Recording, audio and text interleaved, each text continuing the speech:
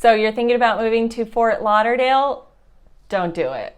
Honestly, don't move here. I'm just kidding. I want to share with you the negatives about living here that most people don't even tell you. The first one being is the weather. Now, of course, most people think as Fort Lauderdale or Florida in general that it's a beautiful, sunny vacation state.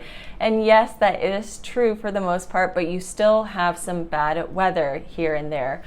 I always get the question and comment regarding hurricanes, oh my gosh, how scary is it? You have hurricanes, what's it like?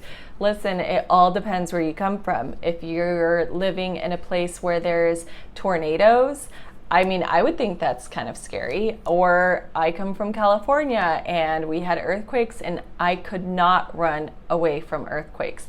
At least with the hurricanes, we have days notice. But putting the hurricane aside, what I found very fascinating about the weather here is in the winter time, yes, it's sunny, you don't have that much rain, but no one tells you how windy it is. It's so windy, sometimes almost days on end, 20 to 30 mile per hour winds. I have areca palm trees in my backyard and they're just like swaying and it's kind of scary sometimes.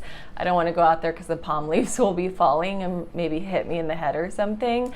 But it's super windy and I can't go to the beach in the winter time because the waves are super strong, kind of like being in the Pacific coast, and that water will just take you out into the ocean. And I definitely don't recommend being on the beach because the sand is just blowing into your face. So you'd have to make sure to keep your mouth closed and your sunglasses on or something. And you can't even have an umbrella because it's just going to fly away. And then on the opposite side, summer, it's super hot, of course, on the beach and everything, but with the amount of heat, so much water evaporates into the sky that you just get these random afternoon thunderstorms. So it'll be nice and beautiful in the morning, super hot and humid. And then there's this collection of clouds, and then anytime between like 1 and 4, it's just pouring down, especially in the west side. Like you can see in the distance, just these gray clouds and thunder happening. It's just very intense when it comes to the weather, and most people don't realize that when they're thinking of moving here. So keep that in mind. Today, for example, it was a beautiful morning, great start to our day, and then out of nowhere around 12 o'clock, it was just thunderstorm. And shockingly enough, there was hail. First time ever I've seen hail. And what's crazy about when it just pours down, it's not just an inch, it can be like 3 inches, 5 inches, and all of a sudden the streets are flooded. Thankfully, later that day, the water will drain and it'll look like it never rained, but still you have those moments, it's just completely unexpected. Just like any other major city or even a vacation spot such as Fort Lauderdale, we do experience a lot of tourism. Now, I did come from another tourist city, so coming to this one wasn't that big of a deal, originally coming from Santa Monica. So being here in Fort Lauderdale, it's kind of nice the fact that I can actually separate myself from those touristy spots. So I know now as a local, if it's, say, around spring break time, I'm not gonna go to Central Beach or to Los Olas Boulevard, especially on the weekends. I'm gonna avoid those places and just kind of stay more on the local spots. You also have to realize that people come here for 6 months out of the year. They'll come from the Northeast or maybe from other countries, and they'll be here for a good 6 months. So with that being said, during that time frame that they are here, there will be more traffic, but overall there's more people in general, whether it's at the grocery stores or at the restaurants or just on the streets.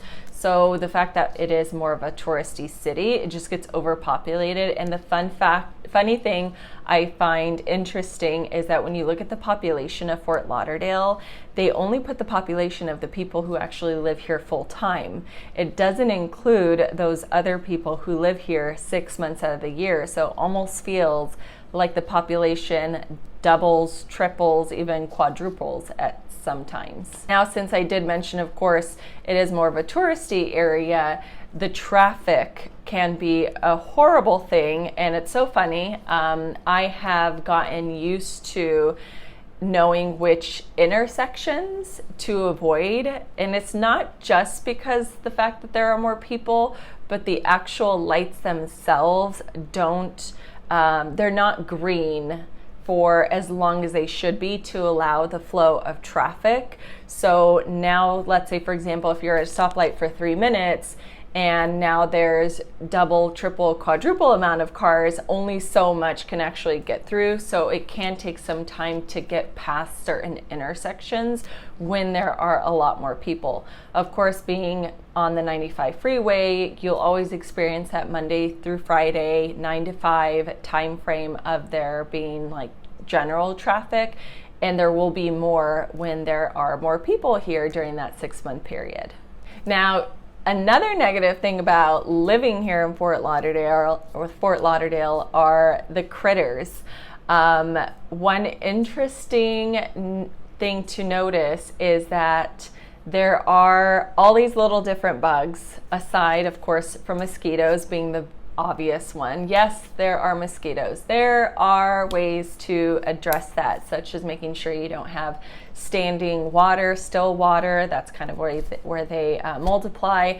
And they do love to hide in anything greenery. So if you have a lot of luscious landscaping, plants, palm trees, that is where the mosquitoes like to hide. So there are things you can actually do for the mosquitoes. A good alternative for getting rid of the mosquitoes, and I did do this on our property, was hire a mosquito company where they actually put this spray, like perimeter line, on the exterior and the outside, primarily in our backyard, and it sprays at dusk and at dawn.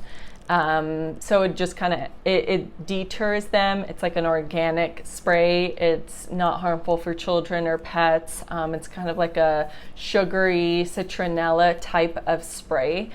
So you can actually do that. And I have to say, it has eliminated mosquitoes by like 90% in our backyard. So it kind of has that California vibe in our backyard by doing the spray. So I highly recommend if the mosquitoes are a nuisance in your, on your property. But aside from the mosquitoes, you also do have these like little lizards, kind of like gecko looking, and you will have them on your property. I have spoken to pest control, and they do mention they eat the ants and the little tiny insects on the property. So if you can eliminate those types of insects, those other critters will also go away.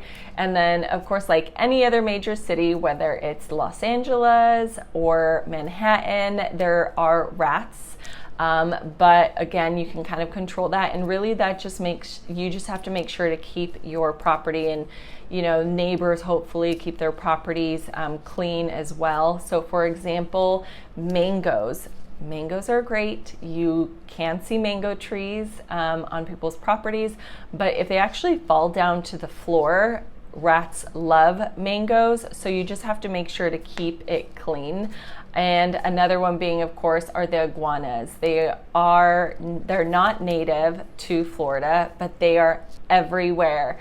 And you can't do anything about it. I mean, they do say you can shoot them if they are on your property, but unfortunately it's out of control, and that's just one of the things you kind of have to get to, but it really sucks. A negative to living here is the cost of living. Now, in being here in Fort Lauderdale, it is more expensive than like the national average. It does kind of depend where you come from. I mean, for myself, I remember being in Santa Monica, and And if I was just like going to the grocery store for not like a full grocery shopping, but just kind of needed something, I was always spending like $150 for some reason. And if I really did a big shopping, like actually filled up my shopping cart, it was like $300. And then when I came to Fort Lauderdale before the inflation, it would be like $60 just for like a quick grab and go and just needed some things. Now when I fill up my shopping cart, it's closer to $200. So I'm still less than what I used to be, but it is more expensive since this is kind of like a touristy area. And we're closer to the beach, so the further west you go in the area, it's less expensive. But if you're kind of in a hot spot, then like the grocery stores will be more expensive, the restaurants will be more expensive. So being here, it is more expensive. I do have a cost of living video, which you can check out, and I will make sure to include it right here so you can click on that and look at it later. But I break down like the cost of bread, the cost of butter, the cost of orange juice, so, you know, just so much on there. Literally compare it between Whole Foods and Trader Joe's, as well as Publix, which is a typical like Kroger's or Ralph's, whatever you're used to. It's like a generic grocery store, but I do break that down for you to, so I recommend checking it out. Not only is it expensive in terms of cost of living here in Fort Lauderdale, but real estate is more expensive, especially when you compare it to the suburbs. I mean, I can't compare Fort Lauderdale to Miami because that's a completely different animal, as well as Palm Beach. I mean, those homes are just in the multi-millions, like 40 million in Palm Beach. Even in Miami, that's not what I'm talking about. In Fort Lauderdale, it is just expensive. For example, homes are closer to over $1 million in like the better neighborhoods. But if you are looking for something less expensive, then there are other suburbs, whether it's Dania Beach, Hollywood, Pompano Beach, Coral Springs, Davie, all these other cities surrounding Fort Lauderdale that are less expensive when it comes to the actual real estate. So Fort Lauderdale is more expensive, especially if you're looking at Broward County. If you're curious what those homes cost, you can check out my playlist where I actually break it down and show you what homes are going for in those particular cities. So feel free to check that out on my channel as well. Other negative thing about Fort Lauderdale is, and Florida in general, I would say, are scams and frauds. You have to be very careful, but really just be a wise consumer when you are making large purchases, whether it's home renovations, contract work. Those tend to be the bigger major fraud scams, and there are little ones here and there. For example, there was a recent fraud where I was one of the targets. They put a fake parking ticket. Actually, no, they didn't put a fake parking ticket. Some fraudsters, whoever they were, came into our parking lot, got our license plate, took pictures or whatever, and then mailed us parking tickets saying that we didn't pay. But it's funny because it's actually a commercial space where our company provides us parking. So all we had to do is ask our manager, like, dude, what's up with this ticket? And they're like, they had to investigate, they reported it, they allowed the police officers in the area know. So now they are trying to track it down. And what's interesting is for 5 months, every month, I got a reminder saying that I hadn't paid. And then on the 5th month, they actually sent me a letter. It was coming from New York saying that they reported me to a credit bureau for not paying the parking ticket. So of course I forwarded all of that to the appropriate authorities. So you just have to be mindful. It's the same thing as like if you're getting an email, don't open the email if it's not from someone you don't know. Or I've even seen those emails from people about like your Amazon purchase, and you can tell it's not even from Amazon. But more importantly, I want to point out, and maybe you don't know this if you haven't owned property here in Broward County, but Broward County is the #1 for title and deed fraud. I highly recommend checking out the Broward County Tax Appraisers website, where Marty Cryer is cracking down on this. He is getting in contact with attorneys and police enforcement, and he is putting people behind bars now. So we're very excited, very happy to have somebody like him and he's creating this amazing team to combat all of this. The best thing you can do if you do own in Broward County, which I've done and I tell all my clients to do, is you can go online and actually register your property, your name with your email. So if there's ever a change to your title or deed, you are notified right away. They notify you in other ways. But when it comes to the actual title and deed, the county already knows who the actual owners are. And if for some reason you're not that same person that, for example, wants to put their email, they will ask for further verifications. They are breaking down on that. Unfortunately, we are the #1 in fraud for that particular one in the entire world. So just to point that one out. Okay, here's a big one, and I'm sure a lot of you have maybe even read it on the news, maybe you haven't, but it has to do with home insurance costs, or whether it's a condo, any kind of insurance for your home. The prices are going up. I remember reading a news article stating that not only are there insurance companies leaving the state of Florida, but it also has to do with the roof replacement and roof just kind of being old. There was a particular article in which there are these roofers, contractors knocking on people's doors, telling them, homeowners, oh, I can replace your roof. It's inexpensive. We could subsidize your deductible. Just kind of, having homeowners basically agree to having their roof replaced. And these roofers were working with lawyers, and not only were these roofers convincing the homeowners to replace the roof, but the lawyers were also working with the homeowner and the roof company to make these claims and kind of fighting the claims to get more money from the insurance companies.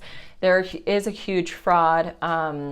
Like they're breaking down on it. So they are suing a lot of these lawyers and roofers that were doing this in 2018 and 2019, but nevertheless, it has caused insurance premiums for everyone to go up. And then the roofs going like on properties right now, if they are past or close to their roof life, it's very hard to get insurance. Therefore, it's very hard to close on your property when you're actually trying to buy it. So you have to be mindful when you are looking at purchasing a property. Hopefully the roof is just a few years old. I would recommend, if there's a house that maybe needs electrical work, or maybe something minor, maybe like you want to redo the bathrooms or redo the kitchen, but the roof is newer, you're better off doing that than getting a nice, beautifully remodeled house that has an old roof, because you're gonna have issues when it comes to the actual insurance. And for most of the state of Florida, there is an insurance company called Citizens Bank, which is backed by the government. And they just released last month that they're going to increase their premiums yet again by another 14%. And they're not necessarily doing it just to be greedy, but they're kind of trying to push off and promote homeowners to go with private insurance companies. But it's just getting really difficult, especially since a lot of these other insurance companies are fleeing and they can't keep up, and they're basically running it at a loss, which I don't blame them. You just have to be a wise, smart consumer when it comes to getting major jobs done on your property, and be careful who you're dealing with. What can kind of suck as being a homeowner are the property taxes. Yes, they are more expensive, but you have to be mindful. There is a reason why they are more expensive. I mean, Uncle Sam still has to get taxes one way or another. But the fact that the state of Florida doesn't have income tax, me personally, I'd rather have no income tax and just pay a little bit more on the actual property taxes. When you compare it between two different states, for example, California, which was closer to 1%, whereas here in Florida, it's closer to 2%. So just that 1% difference is nothing when you're comparing it to the actual income state tax between, whether it's Florida and whatever state you're living in at the moment. If you want to learn more about the area, then I invite you to check out some more videos here, or if you want to make sure you don't miss out on anything else, make sure to subscribe to my channel so that way you're the first to be notified.